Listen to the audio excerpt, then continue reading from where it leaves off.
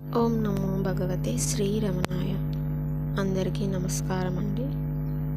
భగవాన్ రమణులు చెప్పినట్టు మనం దేనిని అంటకుండా ఉండటమే ఆ దైవంలాగా మారిపోవటం అని.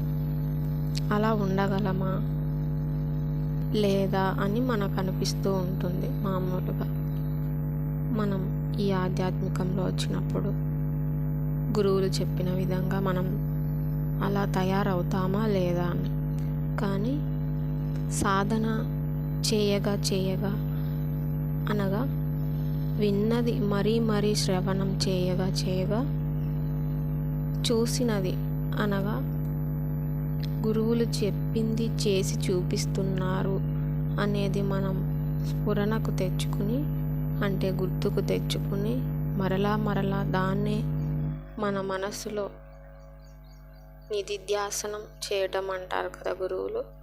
అలా నిధి ధ్యాస అంటే మన మనసులో గురువులు చెప్పినది, వాళ్ళు చెప్పినది వినడము, అలాగే మనస్సులో మరీ గుర్తుకు తెచ్చుకుని దాన్ని తిరగవేసుకుని, ఇలాంటి సమయాల్లోనే మనం జ్ఞానంతో ఆలోచించగలగాలి.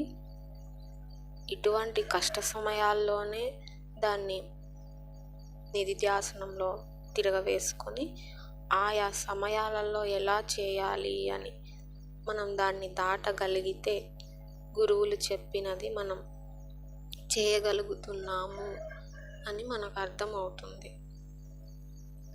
అలా మనకు ఒకవేళ ఈ ధనం గురించి ఎటువంటి సంపద మనకి అంతగా లేకపోయినా, ఈ జ్ఞాన సంపద, గురువులు పంచిన ఈ జ్ఞానం అనే ఈ సంపద ఉండటం వల్ల ఆ ధనం లేకపోయినా ఆ కష్ట సమయాలలో ఈ జ్ఞాన ధనం ఉంది కదా మనకు, ఇక మనం ఎప్పటికీ మరు జన్మ ఎత్తాలనే ఆశ లేదు, ఈ కోరిక లేదు. అలా ఎందుకు కోరిక లేదు అంటే ఆశ వల్ల మోహం వల్ల స్వార్థం, ఈర్ష, ద్వేషాలు, అది కావాలనే తీవ్రమైన కోరిక, తీర్చుకోవాలనే ఉద్దేశము, ఇలాంటివన్నీ ఉన్నప్పటికీ అది తిరిగి జన్మ ఎత్తక తప్పదు మనం. కాబట్టి వాటన్నిటిని గుర్తు ఉంచుకోవడం కాదు కానీ దాన్ని పదే నిధిధ్యాసనం అంటే మన జీవన విధానం, మనకి కర్మలో మన జీవితానికి ఆ దైవం ఇచ్చే కష్టాలు ఏవైనా కానీ దాన్ని స్వీకరించి ఎలా అందులో మెలగాలి అనే ఆ జ్ఞానం వల్ల మనం పొందే ఆనందం కష్టాన్ని కూడా అనిపించదు. కష్టం ఉండదని కాదు, కానీ ఆ కష్టంలో కూడా గురువులు అండగా ఉన్నారు. ఆ జ్ఞానమే మన సంపద. ఇది జన్మలైతే ఎన్నైనా ఎత్తవచ్చు, కానీ జ్ఞాన సంపద అయితే అంత సులభంగా రాదు కదా. అది మన దగ్గర ఉంది. మనకు ధనం లేకపోయినా ఈ జ్ఞానధనాన్ని ఇచ్చాడు ఆ భగవంతుడు, ఆ పరమేశ్వరుడు, అలాగే గురువు.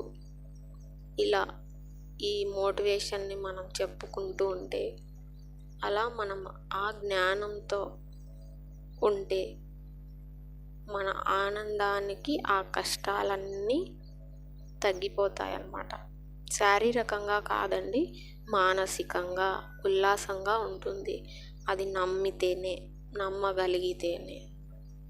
అది నమ్మేది ఎవరో కాదు కదా, ఆ దైవం ఉంది.